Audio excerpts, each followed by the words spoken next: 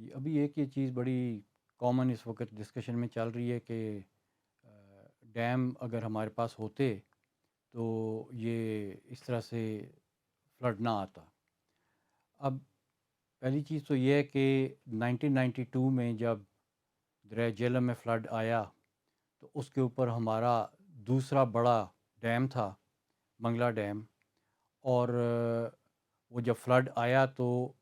اس میں پرائرٹی یہ تھی کہ ڈیم کا سٹرکچر بچانا ہے، اور وہ فلڈ کا پانی جو قدرتی طور پہ اگر آتا تو شاید آرام آرام سے نکلتا، وہ ڈیم کے پینک میں آ کے تو انہوں نے ایک دم گیٹ کھولے اور ایک دم بہت بڑی فلڈ کی ویو نکال دی، اور بدقسمتی سے 1000 لوگوں کا لوگ جان سے ہاتھ دھو بیٹھے، اور باقی یہ کہ سینکڑوں دیہات، شہروں کے شہر پانی میں ڈوب گئے، پتہ نہیں کتنا زیادہ مالی نقصان بھی ہوا۔ تو اگر ڈیم کے ہونے سے فلڈ نہیں آتا ہوتا تو یہ منگلا ڈیم کے نیچے اتنا بڑا فلڈ 1992 میں کیوں آیا؟ پھر اس کے اوپر اس وقت بھی سوالات اٹھے کہ بھئی اتنا بڑا ڈیم تھا تو فلڈ کیوں آیا؟ اس پہ پھر 2 سال کے بعد وابڈا کی ایک بڑی ڈیٹیلڈ رپورٹ آئی،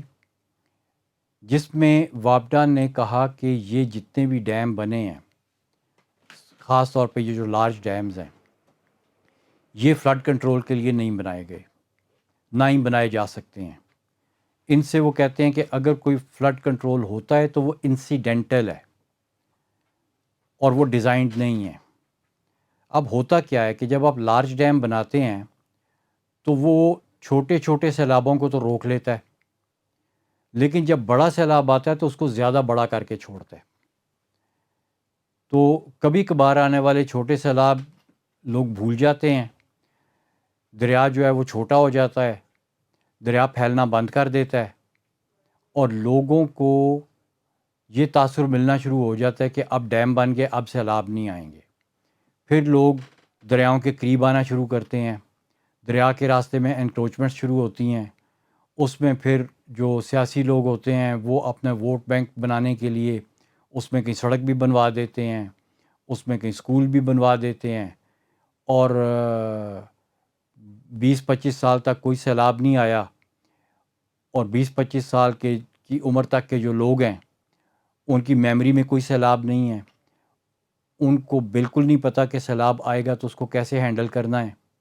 بزرگ اگر سیلاب کی باتیں کرتے ہیں تو وہ کہتے ہیں ہاں جی وہ زمانے بیت گئے، ہن تے ڈیم بن گئے نے، تواڈے زمانے چاندے ہون گے، اس طرح کی باتیں چلتی ہیں۔ لیکن جب سیلاب آتا ہے تو نہ صرف یہ کہ وہ دریا میں بہت پہلے سے زیادہ پھیلتا ہے، بلکہ اب دریا میں زیادہ لوگ ہوتے ہیں متاثر ہونے کے لیے، کیونکہ جہاں پہ دریا میں سیلاب آ رہے ہوں گاہے بگاہے چھوٹے بڑے، ادھر لوگ دریا سے تھوڑا دور ہو کے بیٹھیں گے، تھوڑا خیال کریں گے اپنا بھی، اپنے مال مویشی کا بھی، اور اس کے بیچ میں وہ پیسہ خرچ کر کے گھر اور اس طرح کی چیزیں نہیں بنائیں گے۔ تو بیسیکلی جو بڑا ڈیم ہے وہ تو سیلاب کو روک نہیں سکتا۔ یہ میں نہیں کہہ رہا، یہ تو وابڈا کی اپنی رپورٹ بھی کہتی ہے، چلیں آپ مجھے نہ مانیں، آپ کہہ لیں جی یہ تو بھائی صاحب کہتے ہیں کہ نہیں، لیکن جب وابڈا خود کہہ رہا ہے